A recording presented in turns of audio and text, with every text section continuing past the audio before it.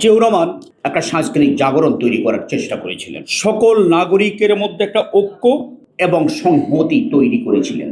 জাতীয়তাবাদী তিনি বর্ণ, ধর্ম, লিঙ্গ, সংস্কৃতি নির্বিশেষে সকল নাগরিকের মধ্যে একটা ঐক্য এবং সংহতি তৈরি করেছিলেন।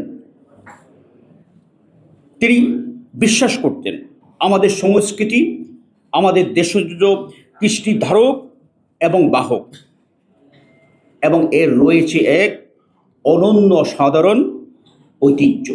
এটাকে তিনি টেস্ট করে একটা সাংস্কৃতিক জাগরণ তৈরি করার চেষ্টা করেছিলেন। আপনারা যদি দেখেন, একটু আগে কথা হয়েছে, এর প্রথম পদক্ষেপ হিসেবে তিনি, দ্বিতীয় পদক্ষেপ হিসেবে তিনি যেটা করেছেন, তিনি দেখলেন মানুষের মধ্যে একটা সাংস্কৃতিক জাগরণ তৈরি করতে একটা সংগঠন প্রয়োজন। সেই লক্ষ্যে জাসাসটি তিনি প্রতিষ্ঠা করেছিলেন, এবং যেই বছর বিএনপির জন্ম, একই বছর অল্প কয়েক মাসের মধ্যে জাসাস প্রতিষ্ঠা করেন। আমি জানি না জিয়াউর রহমান যে লক্ষ্য নিয়ে জাসাসকে প্রতিষ্ঠা করেছেন সেটা তার কতটুকু জাসাস সেটাকে জাতির সামনে উপহার দিতে পেরেছেন। সব মশার বিরুদ্ধে সুরক্ষা দিতে এলো বসুন্ধরা এক্সট্রিম অ্যারোসল, মশার বিরুদ্ধে এক্সট্রিম সুরক্ষা। তবে কিছু করেন এটাও বলা ঠিক হবে না। জিয়াউর রহমান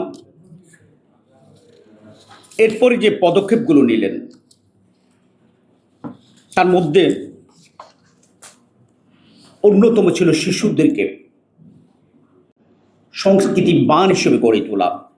তিনি শিক্ষার পাশাপাশি সাহিত্য সংস্কৃতির প্রতি প্রবল আগ্রহ এবং অনুরাগ দেখালেন।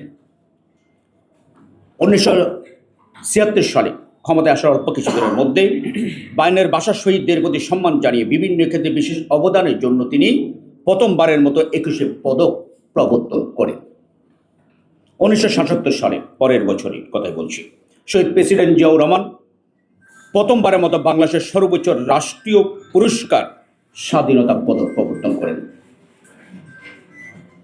1979 সালে 9 জানুয়ারি প্রথমবারের মতো জাতীয় চলচ্চিত্র পুরস্কার, যেটা 1977 সালে সেটা তিনি প্রদান করেন। জিয়ার আগ্রহী 1981 সালের মার্চ এপ্রিলে ঢাকা আন্তর্জাতিক চলচ্চিত্র উৎসব অনুষ্ঠিত হয়। তার এক মাস পরেই তিনি শাহাদাত বরণ করেন।